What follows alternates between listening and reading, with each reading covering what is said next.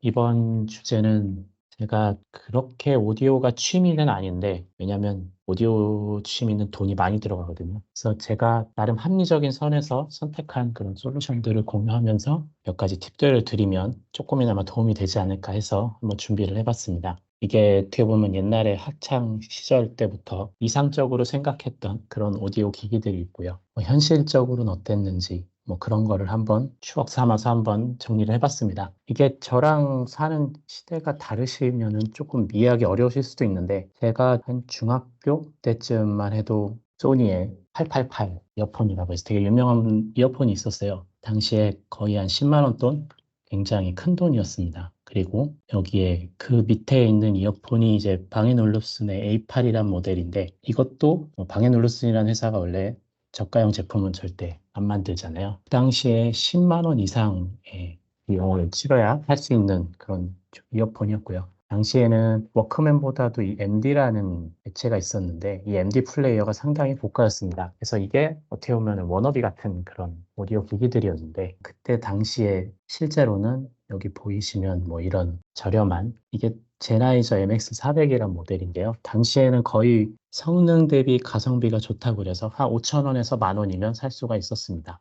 이거는 특정 모델이라기보다 이 당시에는 워크맨을 많이 썼고요. 카세트 테이프를 많이 이용했죠. 그러면서 제가 한 대학교 가고 나서는 그나마 조금 더 여유가 생기니 해볼 수 있었던 게, 당시에 이 크래신이라는 회사에서 나온 이 700이란 모델인데, 이 당시에 한 6, 7만 원 정도 했습니다. 적은 돈은 아니었지만 되게 노려볼 만한 가성비의 기였고요. 상당히 좋은 퍼포먼스를 보여줬습니다. 이거는 당시에 아이리버의 클릭이란 모델인데, 당시에는 MP3 플레이어가 다수였고요. 이렇게 전후 좌우를 클릭해서 메뉴를 이동하고 이렇게 큰 액정이 달린 모델은 당시로서는 되게 파격적인 모델이었습니다. 이거는 제가 대학교 때 구매를 해서 한번 써본 모델이고요. 이 모델은 저희 누나가 취업하면서 사줘서 할 수 있었던 모델입니다.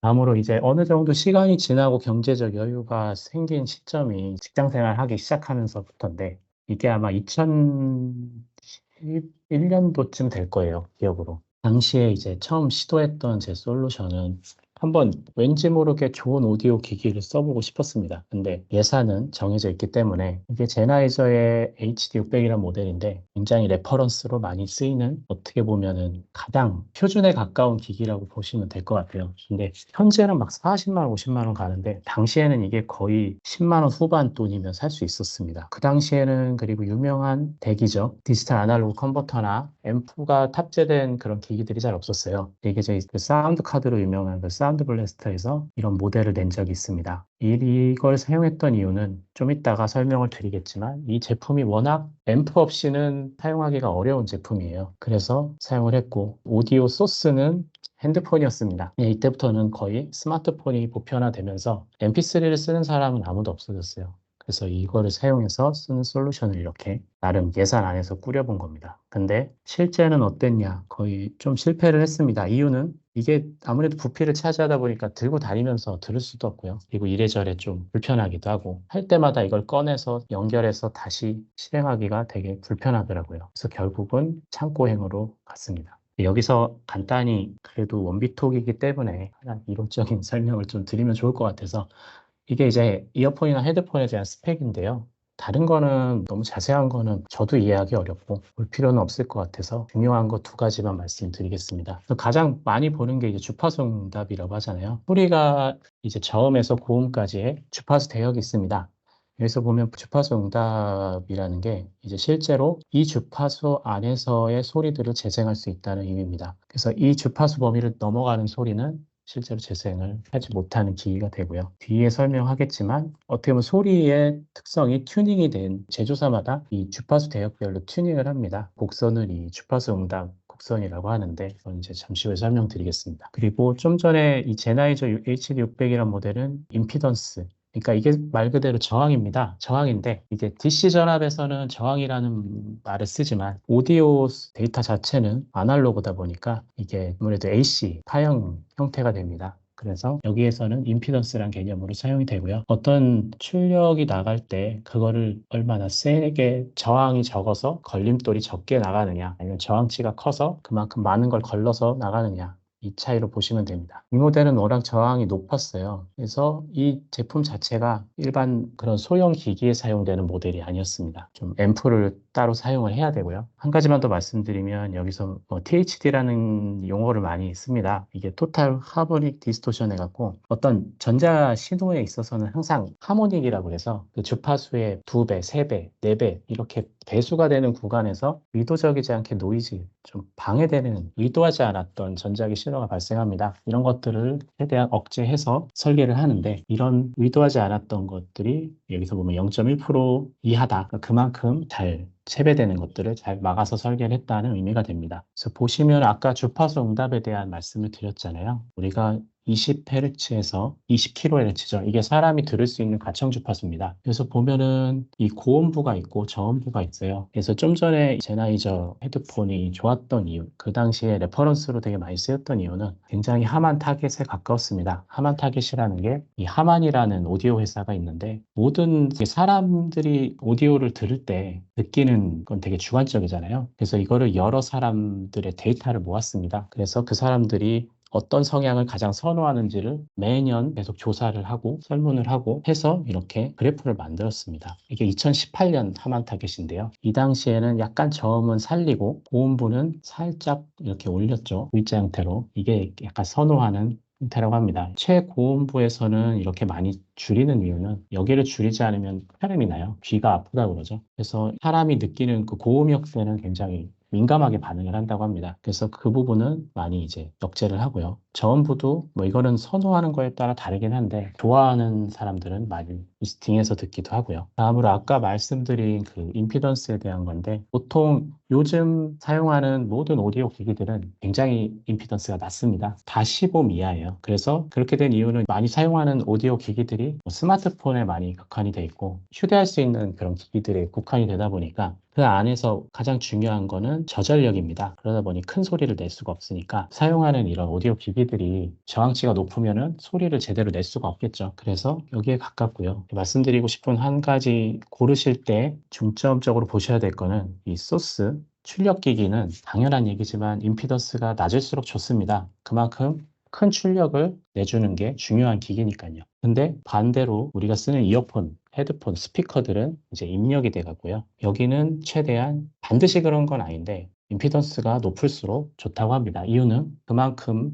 많은 것들이 들어오는데 좀 많이 걸러줘야 어떻게 보면 노이즈 같은 것들도 좀 걸러주고요. 그래서 많이 필터링을 해주기 때문에 그렇다고 합니다. 근데 이건 절대적인 건 아니고 가장 중요한 건 내가 사용하는 소스 기기가 어떤 출력을 갖고 있냐에 따라 선택을 해주는 게 맞습니다. 그래서 첫 번째로 간단하게 사용할 수 있는 솔루션을 찾다 보니 스마트폰에 제가 예전에 아이폰 하면서 그 번들로 들어있던 애플 이어팟이라고 그러죠. 이거를 사용해서 썼습니다. 이유는 이때 애플이 되게 튜닝을 잘해요. 그러니까 플랫하게. 그래서 어떻게 보면은 뭐 호불호가 없는 세팅이라고 하죠. 대신에 저음은 굉장히 작을 수밖에 없습니다. 이게 오픈형이다 보니까. 근데 이 조합이 괜찮아서 이렇게 썼었어요. 근데 이렇게 쓰다가 어떻게 보면은 어느 정도 시간이 지나면서는 무선 이 이어폰들이 나오기 시작을 했습니다. 그래서 이 당시에 뭐 비싼 제품은 제가 못 샀고 QCY T1이랑 T1S라는 제품이 있었어요. 그래서 이 제품으로 되게 이게 10,000원, 15,000원 정도 주고 샀었는데 굉장히 그 당시에는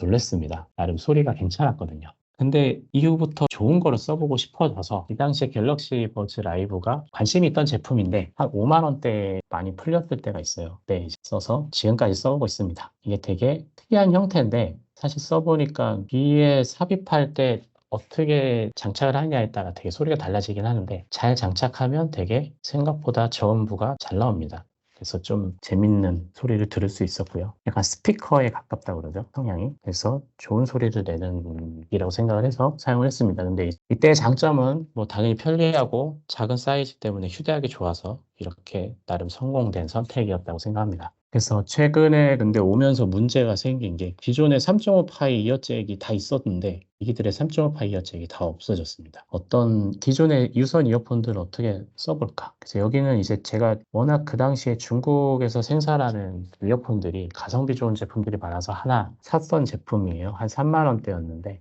상당히 소리가 좋았습니다. 근데 연결을 할 수가 없으니 꼬다리 대기라고 하죠. 이게 앰프의 역할보다는 사실 DAC 역할을 더 많이 하는 기기죠. 그래서 여기에다가 3.5 파일을 물려서 사용을 했었습니다. 제 생각에 크게 음질 차이를 느끼지 않으면서 기존의 3.5 파일 이어폰들을 사용할 수 있는 방법이라고 생각을 해서 이렇게 선택을 했었습니다. 그리고 이거는 최근에 오면서 제가 한번 그냥 욕심이 생기더라고요. 휴대용 노트북 스피커가 워낙 음질이 안 좋으신 건 아실 거예요. 그래서 좀 저렴하게 집에서 좀 괜찮은 음질을 낼 수 없을까 해서 쓴 게 뭐 여러 가지 많이 알아봤지만 예산이 허락하는 선에서 이 크리에이티브에서 만든 페블스 버전 3인데요. 이게 그러니까 액티브 스피커입니다. 그러니까 앰프와 덱을 포함하고 있는 제품이에요.